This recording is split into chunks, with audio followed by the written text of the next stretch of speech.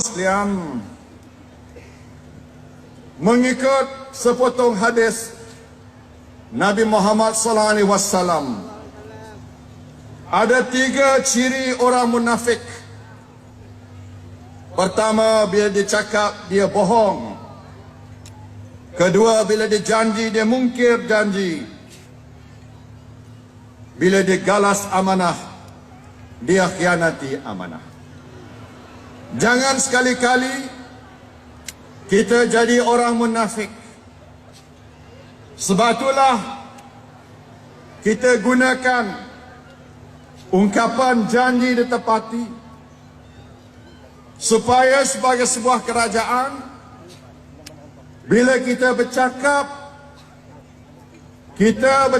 pada yang benar dan bukan kita bohong. Bila kita janji, kita jangan mungkir janji.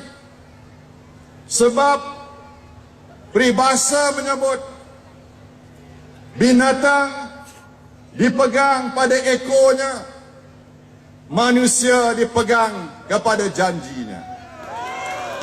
Kalau kita menggalas amanah, jangan kita khianati amanah. Sebab itulah saya bagi jaminan, tuan-tuan dan puan-puan, setiap ayat, setiap perkataan yang kita luahkan kepada rakyat, kita dasarkan kepada kemampuan kita. Kalau kita tak mampu, kita tidak akan sebab. Kerana kalau kita janji, kita tidak tunaikan, dosa itu adalah amat besar. Tuhan akan laknat kita. Rakyat akan hukum kita.